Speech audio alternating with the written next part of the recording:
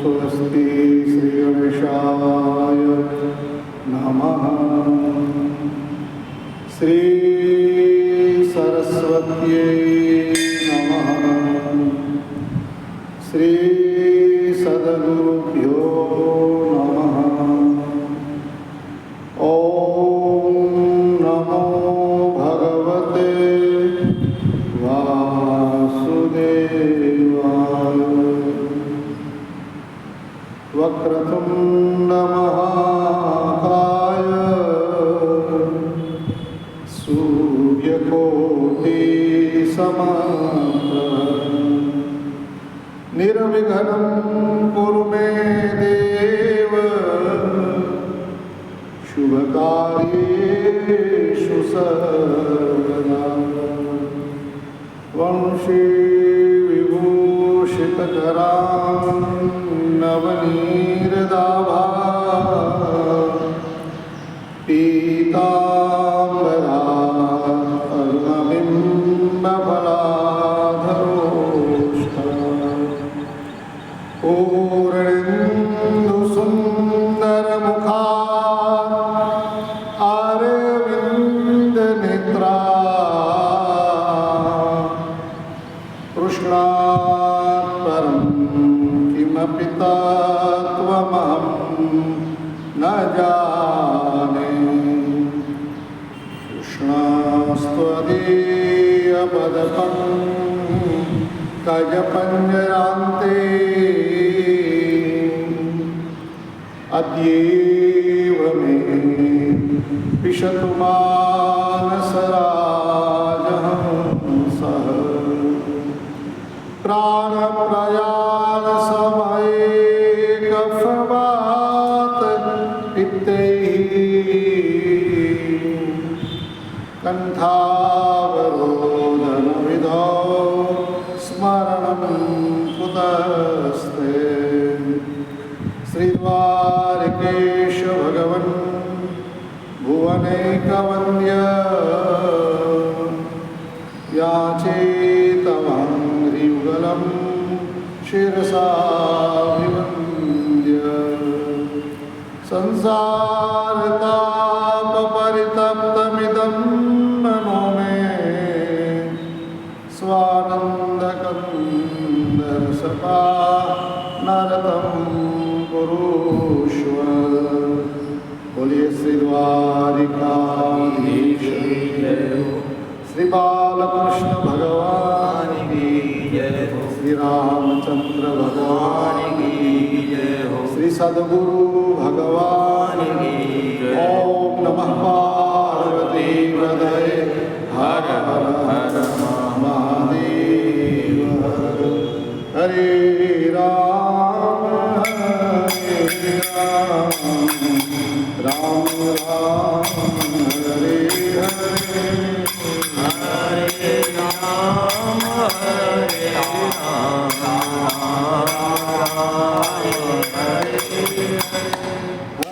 हरे कृष्णा कृष्णा कृष्णा हरे हरे हरे कृष्णा कृष्णा कृष्णा हरे हरे हरे राम राम राम हरे हरे हरे राम राम राम हरे हरे हरे कृष्णा कृष्णा हरे हरे हरे कृष्णा कृष्णा कृष्णा हरे हरे हरे राम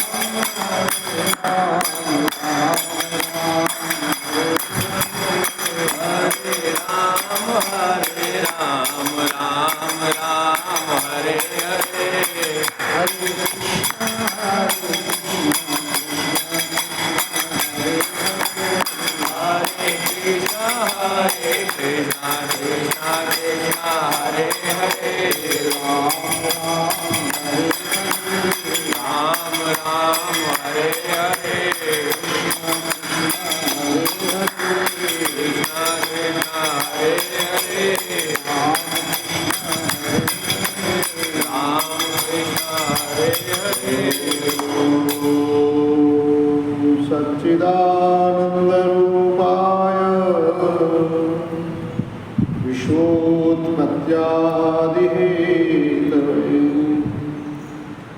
तापत्रय विनाशाय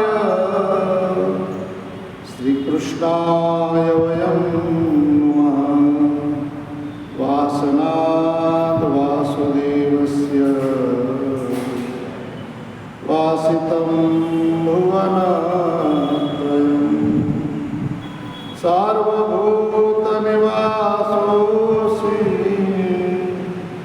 वासुदेव नमोऽस्तुते। गुरुर्ब्रह्मा गुरुर्विष्णु गुरुर्देवो महेश्वर गुरुर्साक्षात् परब्रह्म तस्मै श्री गुरवे नमः। कृष्णं नारायणं वन्दे कृष्णं वन्दे व्रजप्रियं कृष्णं द्वैपायनं वन्दे श्रीकृष्णं वन्दे वृथासुतं श्रीकृष्णं वन्दे वृथासुतं। श्री गोवर्धननाथ श्री व्यास नारायण भगवान की जय। श्री सुखदेव जी महाराज की जय। श्री परीक्षित जी महाराज की जय। सब संतन की जय हो, सब भक्तन की जय हो। श्रीमद् भागवत नित्य सत्संग कथा में आज नूतन संवत्सर चैत्र शुक्ल पक्ष एकादश प्रतिपदा और चैत्र नवरात्र का शुभ प्रारंभ और गुड़ी पड़वा के प्रारंभ में सभी को गुड़ी पड़वा और नवरात्रि की खूब बधाई और शुभकामना। प्रथमं शैलपुत्रीं च, प्रथम शैलपुत्री के स्वरूप में माँ आज प्रथम नवरात्र में विराजमान। और शैलपुत्री हम सब जानते हैं हिमालय की पुत्री के रूप में श्रद्धा स्वरूप भवानी शंकरो वंदे श्रद्धा विश्वास रूपिणो या व्याम विना न पश्यन्ति सिद्धा स्वात्तस्तमीश्वरम। बिनु श्रद्धा जब तब जो भी हम भक्ति करते हैं, श्रद्धा भक्ति का द्वार है। श्रद्धा से ही भक्ति की अवस्था तक हम पहुंच सकते हैं। आज माँ शैलपुत्री से प्रार्थना करें कि हमारी ये भागवती और भगवती जो यात्रा है, भक्ति की यात्रा में माँ आप श्रद्धा का बल दो, जो श्रद्धा से ही वो भक्ति और भक्ति से भगवान। कल हमने देखा आत्मदेव चरित्र में, भाई कुछ काम में हमने कल देखा कि श्रीमद् भागवत महात्म्य कथा में, पद्म पुराण में आत्मदेव की कथा चल रही है। ये भागवत जो है सर्वेपि निष्पापतमा भवन्ति, सर्व को निष्पाप बनाती है। और ये भागवत की कथा समझते समझते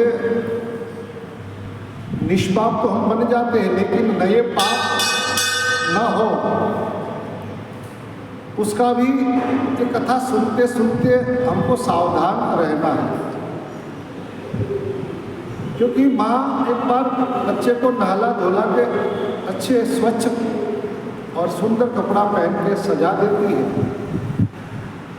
तो बच्चे की भी जिम्मेदारी है कि पूरे दिन को वस्त्र को स्वच्छ ही रखे।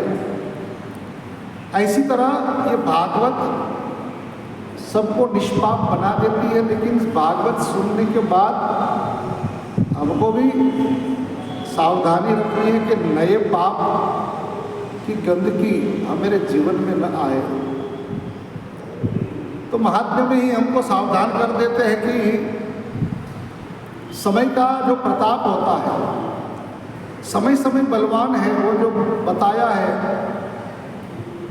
हमारे ज्ञानी जनों ने, उस अनुसार समय को जो साध ले वही सच्चा मनुष्य है, मानव है।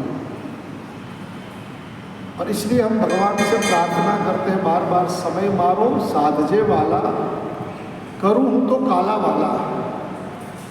क्योंकि अमुक समय ऐसा रहता है जीवन का, हम सब कुछ कर पाते हुए भी कुछ नहीं कर पाते। उस समय हम मौन रह जाते हैं। तो मौन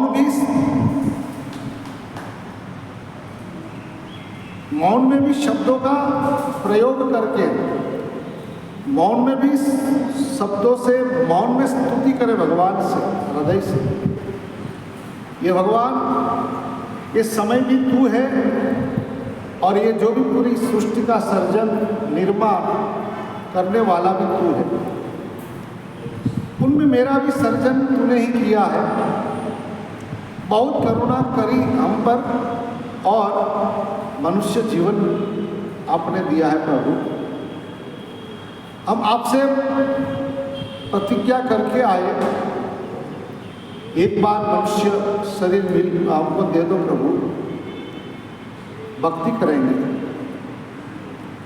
आपका शरण प्राप्त कर लेंगे, हम आत्मा का उद्धार करेंगे। तो ये आत्मोद्धारक कथा जब तक हम नहीं सुनेंगे तब तक कोई साधन ही नहीं।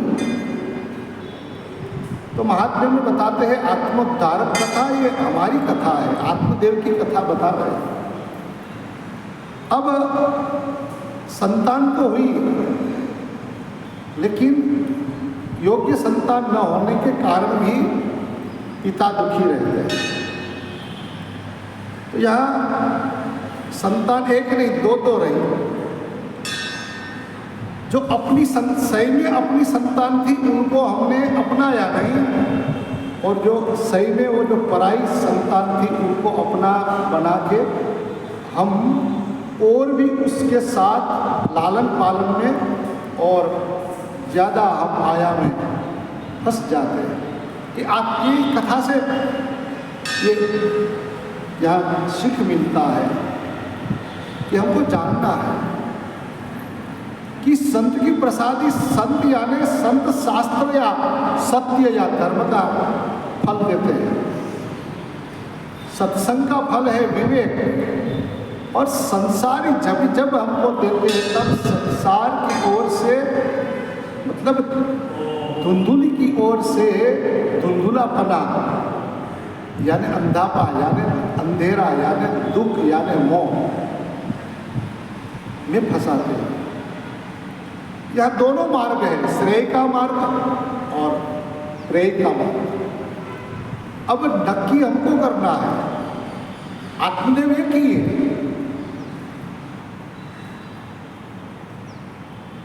तो वो श्रेय के मार्ग में जाना चाहता है कि प्रेय के मार्ग में। संत ने बताया हुआ धर्म या सत्य का रास्ता चुनना है, कि संसार ने बताया हुआ माया अंधेरा रूपी रास्ता हमको। तो भोग और भक्ति दो ही है। तो भक्ति से भगवान मिलते हैं, भोग से तो कहते बंधन या दुख प्राप्त होता है। वासुदेव चाहिए तो वासना को छोड़ना पड़ेगा। इसलिए संत लोग कहते हैं वासना शब्द का अर्थ है वास ना, यानी नहीं। जहाँ भोग होता है, जहाँ माया होती है, वहाँ भगवान का वास नहीं होता है। समझना, हम जब तक माया में, हम जब तक वासना में, जब तक भोग में हम फंसे, तब तक मानना कि भगवान हमारे साथ नहीं, हमारा हम में भगवान होते हुए भी नहीं। ईश्वर सर्वभूतानां हृदय, उसकी फर्ज ड्यूटी है हृदय को धमधमाट रखना यानी चालू रखना। इसलिए हृदय से निर्दिष्ट हृदय में वो रहते हैं। तो केवल अपना जो है एक फर्ज के अनुरूप जो वचन दिया है उस अनुरूप भगवान हमारी श्वास चलाने के लिए हृदय में बैठे। लेकिन केवल जैसे वो लोहार लोग जो धमन, हम लोग धमन बोलते हैं, आप लोग क्या बोलते हैं बता दें, ऐसे उसमें से भी हवा श्वास उच्छ्वास निकलता है। इसी तरह ये फेफड़े या हृदय के हलन चलन से ये जो श्वासोच्छ्वास की क्रिया रहती है, तो वो एक व्यवस्था बनाई, उस अनुसार हो रहा। तो तुलसी कहता है कि बिनु हरि भजन जो जीता है वो तो केवल वो लोहार की ध्वनि की तरह है, वो जीवन है। और वो लोहार की ध्वनि जो श्वास मतलब वो जो हवा फेंकती है उससे क्या होता है, आग और बढ़ती है। ऐसी तरह माया में जो हम जीकर श्वास लेते हैं और उस श्वास से क्या होता है, तो कहते हैं कि दुख रूपी जो है आग और बढ़ती है। संसार दुखदायक। तो यहाँ आत्मदेव की कथा स्वयं हमारी कथा है। आत्मदेव ने प्रयास किया अपनी संतान के लिए। अब आत्मदेव ने प्रयास किया तो परमात्मा मदद जरूर करते हैं, लेकिन वहाँ जाने के बाद भी यदि हम वही के वही रहे, सही एड्रेस पे सही सरनामे पे भगवान पहुँचाते हैं। अब आत्मदेव दुखी हुए, घर पे भी बस 24 घंटा कब संतान होगी, कब संतान होगी।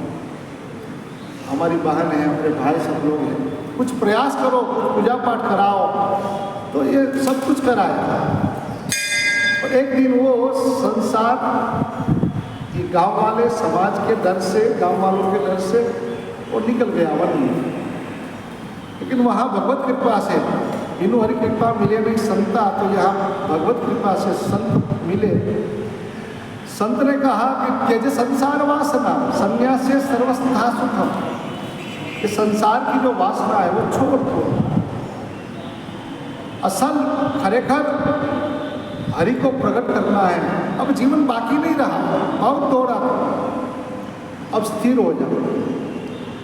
और जब तक स्थितोस्थिर नहीं होगा तब तक भीतर का जो संदेह या भीतर का जो दुविधा है वो मिटेगी नहीं। और दुविधा में दोनों गए, माया में निकला, इसलिए एक तरफ हो जाए। यहाँ फिर भी थोड़ी लालच लगी, संत से जीत करा। अब संत तो दयालु होते हैं, येन केन प्रकारेण, वो तो जो अपने शरण में आया है उनका कल्याण ही करते हैं। फल दिया, फल के कारण हम सब जानते हैं कि वो फल अपनी पत्नी को दिया, वो पत्नी ने खाया नहीं, गाय को दे दिया। और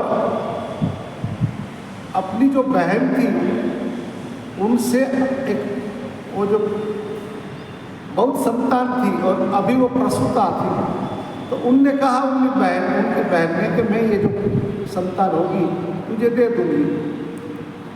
तो उस कारण वो संतान उनको मिल गई। धुंधुली का पुत्र धुंधुकारी नाम रखा गया।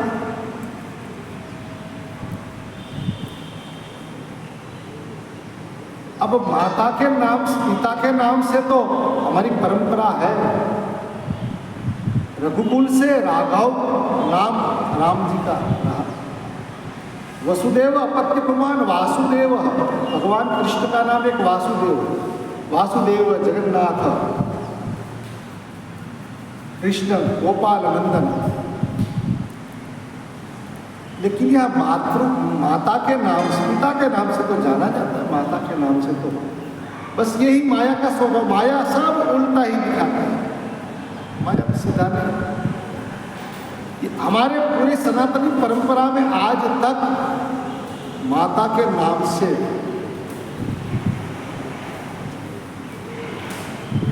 नहीं जानते। वो तो कोई कोई होता है, यहाँ अभी सांप्रत युग में संजय लीला बंसाली कोई डायरेक्टर पिक्चर, तो कुछ पता नहीं कौन कारण पिता से उनको कुछ तकलीफ हुआ, तो उनके नाम के पीछे वो एफिडेविट कराया, संजय लीला, उसकी माँ का नाम लीला है, संजय लीला बंसाली ऐसा नाम दिया। कौन है अर्जुन के हाँ, लिए कौन है, तो ये कुंती का नाम। हाँ वो तो तो माँ के नाम पे, माँ के नाम से है, तो वो माँ के नाम से कौनते हैं, हाँ कुंती का पुत्र कौनते हैं। लेकिन यहाँ तो माँ का पिता की जगह माता का नाम लगाया है, जो संजय लीला, जैसे हम लगाते चंद्रकांत दलपत भाई, तो दलपत भाई की जगह पे हम जैसे मेरी माँ का नाम लगाते, ऐसे उन्होंने अपनी माँ का नाम लगाया। तो माता के नाम से यहाँ जो दिया है धुंधुकारी, मतलब धुंधुकारी मतलब करने वाला, क्या धुंधलापना, मतलब अंधेरा, धुंधलापना यानी अंधेरा, या पूरा अंधेरा अच्छा है या पूर्ण प्रकाश अच्छा है, ये न प्रकाश है न अंधेरा है।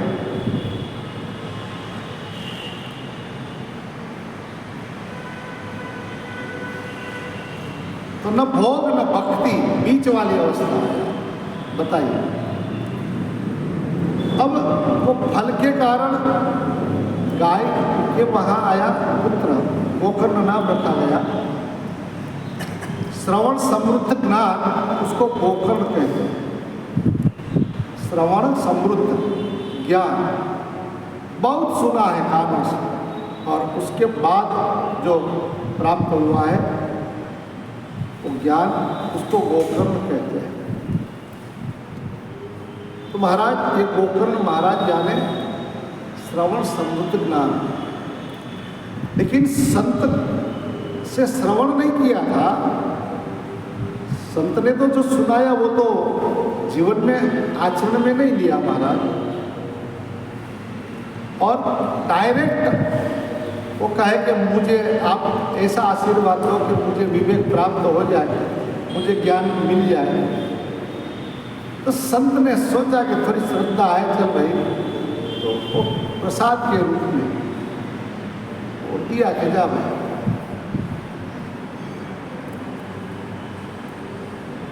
लेकिन वो प्रसाद न खुद ने पाया, जिनको कहा था पवाने के लिए उनको भी वो ध्यान नहीं किया, जवाब जिम्मेदारी नहीं रखी।